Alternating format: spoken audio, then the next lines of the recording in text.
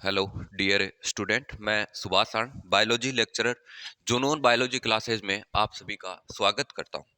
तो अपन cell biology का एक टॉपिक स्टार्ट कर रखा था, जिसमें अपन ने कुछ सेल ऑर्गेनेली का डिस्कस कर रहे थे। अपन ने दो तीन ऑर्गेनेली का डिस्कस कर लिया है, माइटोकॉन्ड्रिया का कर लिया है, क्लोरोप्लास्ट का कर लिया है और राइबोसोम का कर लिया है, एंडोप्लाज्मिक रेटिकुलम का कर लिया है।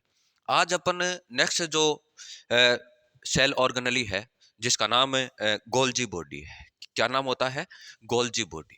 तो उस गोल्जी बॉडी का डिस्कस करने वाले हैं, ठीक है ना। आज अपना जो टॉपिक रहेगा वो रहेगा गोल्जी बॉडी,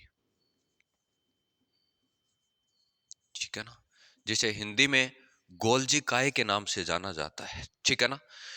जिसे हिंदी में किस नाम से जाना जाता है? गोल्जी काय के नाम से, ठीक है ना।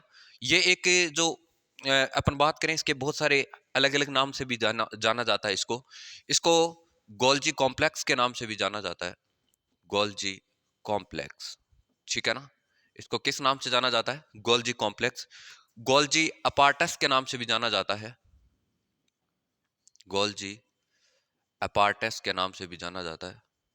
इसके अलावा इसे और नाम से भी जाना जाता है, जैसे बैकर्स बॉडी के नाम से भी जाना जाता है, बैकर्स बॉडी, ठीक है ना।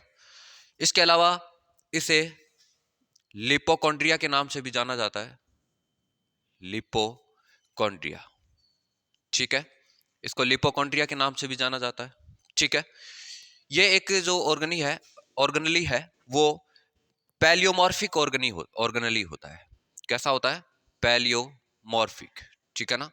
पैलियोमॉर्फिक का मतलब होता है कि हर सेल के अंदर इसकी जो नंबरिंग होती है, कोई भी सेल हो गई, उसके अंदर इसकी जो नंबरिंग होती है वो डिफरेंट डिफरेंट होती है, ठीक है ना। फिक्स नहीं होती, कोई सेल में कम होगी, किसी में ज्यादा होगी। तो हर सेल के अंदर इसकी नंबरिंग अलग अलग होगी, जिसकी वजह से इसे पैलियोमॉर्फिक ऑर्गेनली के नाम से भी जाना जाता है, ठीक है ना। तो इसके ये कुछ इसके नाम थे जिसको अपन ने डिस्कस किया: Golgi complex, Golgi apparatus, bakers body, lipochondria, ठीक है ना। और इसे पैलियोमॉर्फिक ऑर्गेनली भी बोलते हैं। इसके अलावा इसकी जो डिस्कवरी थी, इसको डिस्कवर किसने किया था, यह भी बात अपने को पता होनी चाहिए। कैमिलो गोल्जी नाम के वैज्ञानिक ने किया था। किसने किया था? कैमिलो गोल्जी, ठीक है ना। एंड 1898 में किया था। कब किया था? 1898 में इसको डिस्कवर किया था, ठीक है ना। ये ओनली फॉर यूकैरियोट सेल के अंदर प्रेजेंट होता है, यूकैरियोट्स सेल में प्रेजेंट होता है, ठीक है ना। यूकैरियोट सेल में प्रेजेंट होता है, प्रोकैरियोट्स में एब्सेंट होता है।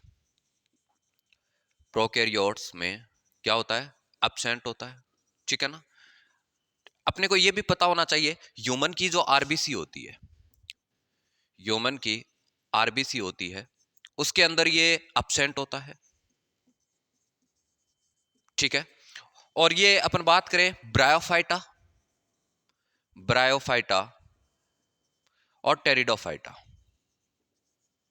टेरिडोफाइटा, उसके गेमेट में एब्सेंट होता है, ठीक है ना। गेमेट में क्या होता है? एब्सेंट होता है, ओके। उसके गेमेट में क्या होगा?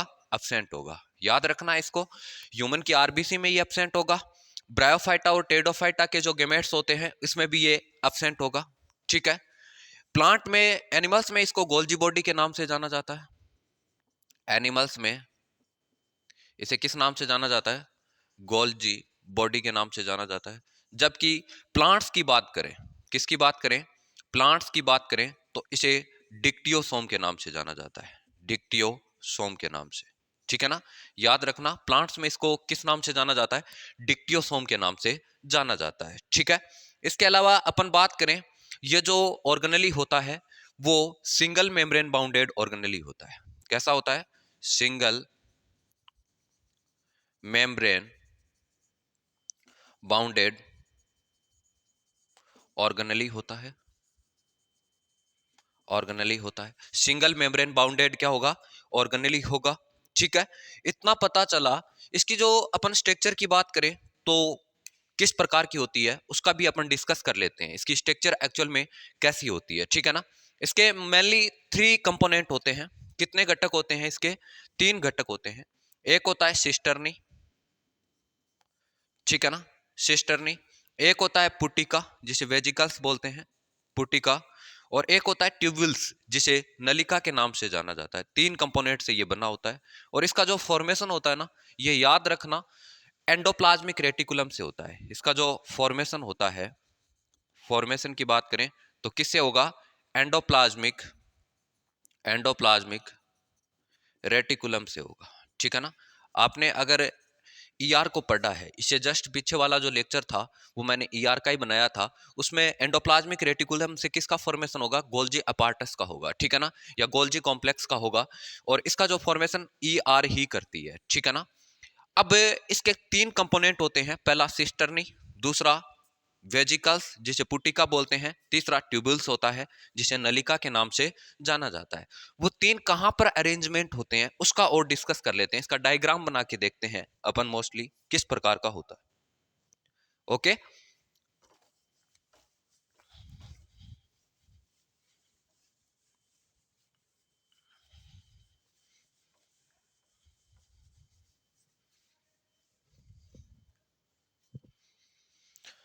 चलो इसके डायग्राम को देखते हैं कि कैसा होता है।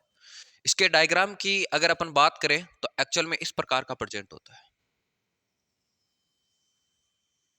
ठीक है,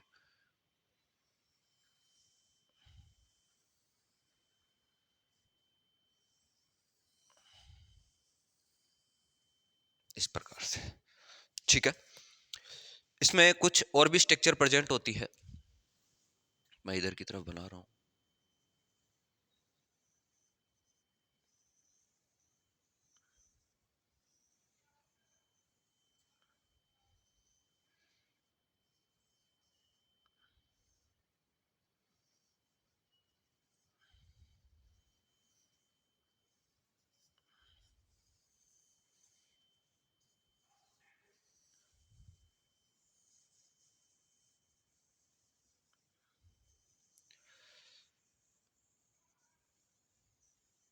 इस प्रकार का इसका एक्चुअल में डायग्राम होता है। इसमें अपने अलग अलग इसके कंपोनेंट को देखेंगे। ये जो स्ट्रक्चर मैंने बनाई है, ये अपने ट्यूब लाइक स्ट्रक्चर होती है ना, इसे सिस्टर्नी के नाम से जाना जाता है। किस नाम से जाना जाता है? सिस्टर्नी के नाम से, ठीक है। ये जो ट्यूब लाइक स्ट्रक्चर होती है उसे ट्यूबुल्स या नलिका के नाम से जाना जाता है। ट्यूबुल्स या किस नाम से जाना जाएगा? नलिका के नाम से। और आगे की तरफ ये एक स्ट्रक्चर और बन रही है जिसे वेजिकल्स बोलते हैं, वेजिकल्स या पुटिका बोलते हैं। इसके कितने पार्ट हुए? तीन पार्ट हो चुके हैं। मैंने बोला ये तीन कंपोनेंट से बना होता है। ये स्ट्रक्चर मैंने किसकी बनाई है? सिस्टर्नी की। ये नलिका की बनाई है या ट्यूबल्स की, और ये वेजिकल्स की बनाई है। इसके दो साइट होती है। ऊपर वाली साइट कहलाती है ट्रांस। कौन सी साइट कहलाती है? ट्रांस। नीचे की जो साइट होती है, इस साइट को शीर्ष साइट के नाम से जाना जाता है। किस साइट के नाम से? शीर्ष साइट के नाम से, या ये अवतल सतह होती है। कैसी सतह होती है? अवतल सतह होती है। और ट्रांस वाली साइट होती है वो उत्तल सतह होती है। याद रखना, एक इसकी अवतल सतह होती है, एक उत्तल सतह होती है। शीर्ष साइट होती है वो मोस्टली न्यूक्लियस की तरफ होती है। किसकी तरफ होती है? न्यूक्लियस की तरफ होती है। और ट्रांस होती है वो मोस्टली किस साइड में होगी? सेल मेम्ब्रेन की तरफ होगी, ठीक है ना, सेल मेम्ब्रेन की तरफ होगी। क्योंकि मोस्टली ईआर से ही किसका फॉर्मेशन होता है? गोल्जी बॉडी का फॉर्मेशन होता है। तो ईआर जितना भी कोई मॉडिफाइड जो पदार्थ होता है, जो भी ईआर के अंदर जो सब्सटेंस होते हैं, वो सारे किसके अंदर आते हैं? गोल्जी बॉडी के अंदर आते हैं। और कौन सी साइड पे आते हैं? शीर्ष साइड पे आते हैं, ठीक है ना। तो सबसे पहले ईआर से ये वेजिकल्स होती है या पुटिकाएं होती है, वो कुछ कंपोनेंट को ग्रहण करती है और इसको आगे की तरफ फ्लाई करती है, और ये मोस्टली सेल से बाहर निष्कासित कर दिए जाते हैं, ठीक है ना।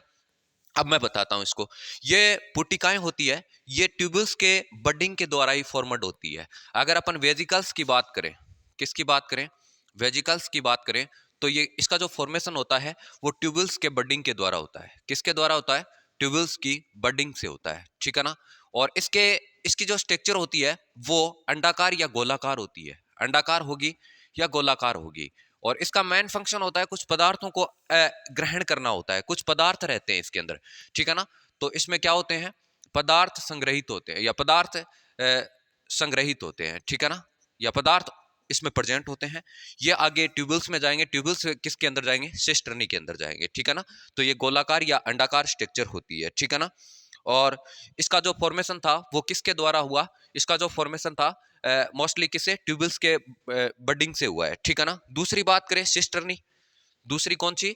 सिस्टर्नी की बात कर लेते हैं। यहां पर मैं सिस्टर्नी को बना रहा हूं, सिस्टर्नी। सिस्टर्नी की बात करें तो ये शेक लाइक स्ट्रक्चर होती है। कैसी स्ट्रक्चर होती है?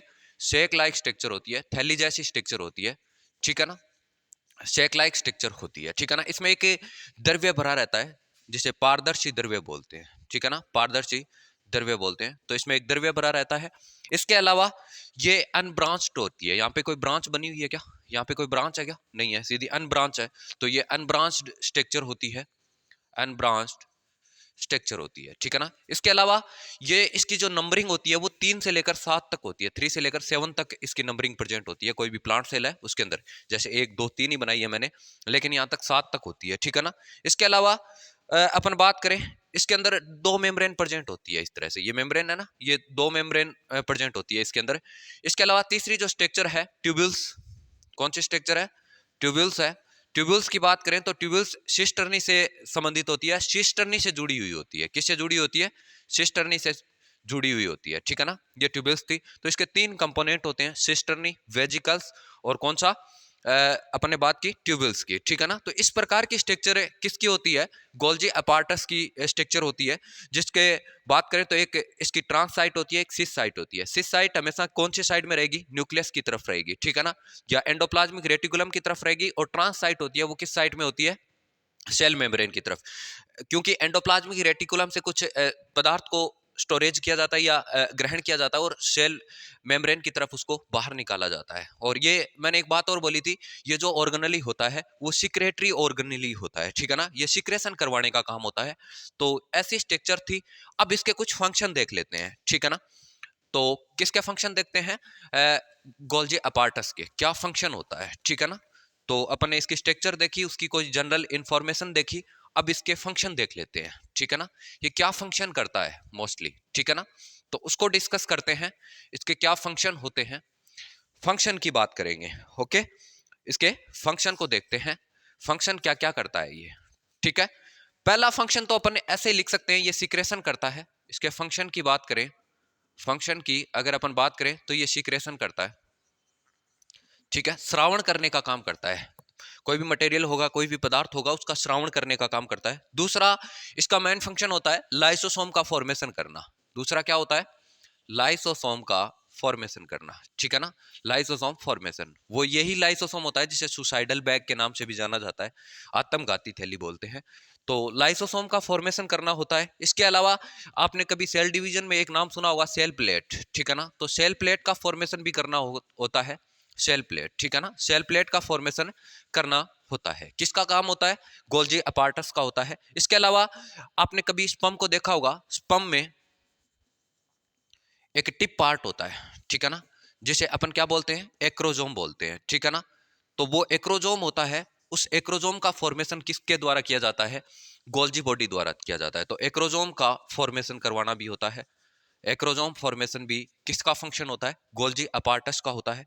इसके अलावा आपने कभी वेटेलाइन मेम्ब्रेन, कोई भी आपने एक की स्ट्रक्चर देखी होगी, ओम की स्ट्रक्चर देखी होगी, तो उसके अंदर एक मेम्ब्रेन होती है वेटेलाइन, ठीक है ना। वेटेलाइन या पित्तक झिल्ली, जिसे हिंदी में क्या बोलते हैं? पित्तक झिल्ली के नाम से जाना जाता है। वेटेलाइन मेम्ब्रेन का फॉर्मेशन करना होता है, फॉर्मेशन करना होता है, ठीक है ना।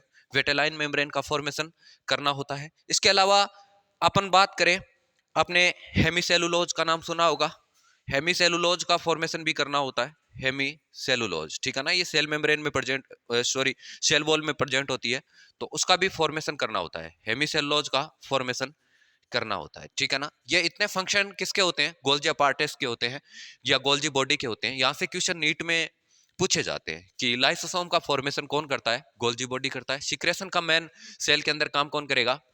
कौन करेगा? गोल्जी बॉडी करेगा। ऐसा भी आता है कि एंडोप्लाज्मिक रेटिकुलम से भी पूछा गया था कि सेल का जो स्केलेटन होता है वो कौन बनाता है? तो एंडोप्लाज्मिक रेटिकुलम बनाती है ना। उसी तरह सिक्रेटरी जो मटेरियल होता है उसका काम कौन करता है? गोल्जी बॉडी करता है। लाइसोसोम का फॉर्मेशन गोल्जी बॉडी करता है। सेल प्लेट का फॉर्मेशन कौन करता है? Golgi body. स्पर्म के अंदर जो उसका टिप पार्ट होता है जिसे एक्रोजोम बोलते हैं, जिसमें एक्रोसिन नाम का एंजाइम भी प्रेजेंट होता है, उनका फॉर्मेशन कौन करता है? गोल्जी बॉडी करता है। वेटेलाइन मेम्ब्रेन या योक मेम्ब्रेन होती है ना, पित्तक झिल्ली, उसका फॉर्मेशन कौन करता है? गोल्जी बॉडी करता है। इसके अलावा इसमें अपने हेमिसेलुलोज का नाम लिखा है, हेमिसेलुलोज का जो फॉर्मेशन होता है वो भी कौन करता है? गोल्जी बॉडी करता है, ठीक है ना। तो ये इसके फंक्शन होते हैं। अपने आज गोल्जी बॉडी को अच्छे से एनालिसिस किया है, किस किस डिस्कवरी किसने की थी, ये कहाँ कहाँ प्रेजेंट होता है, और सिंगल मेम्ब्रेन बाउंडेड ऑर्गेनली होता है, इसका फंक्शन क्या होता है, इसकी स्ट्रक्चर क्या होती है, इसके कितने साइट होती है, मैंने बताया 2 साइट, एक सिस्ट और एक ट्रांस। इसके 3 कंपोनेंट होते हैं, सिस्टर्नी, ट्यूबल्स और वेजिकल्स, ठीक है ना। उसके सारे के फंक्शन देखे हैं अपन ने। तो इस तरह से अपन ने एक गोल्जी बॉडी को पूरा एनालिसिस किया है। उम्मीद करता हूँ ये लेक्चर आपको समझ में आया होगा। अच्छे से इसको बार बार रिवाइज कीजिए, अच्छे से समझ में आएगा, और इसको शेयर भी कीजिएगा। Thank you.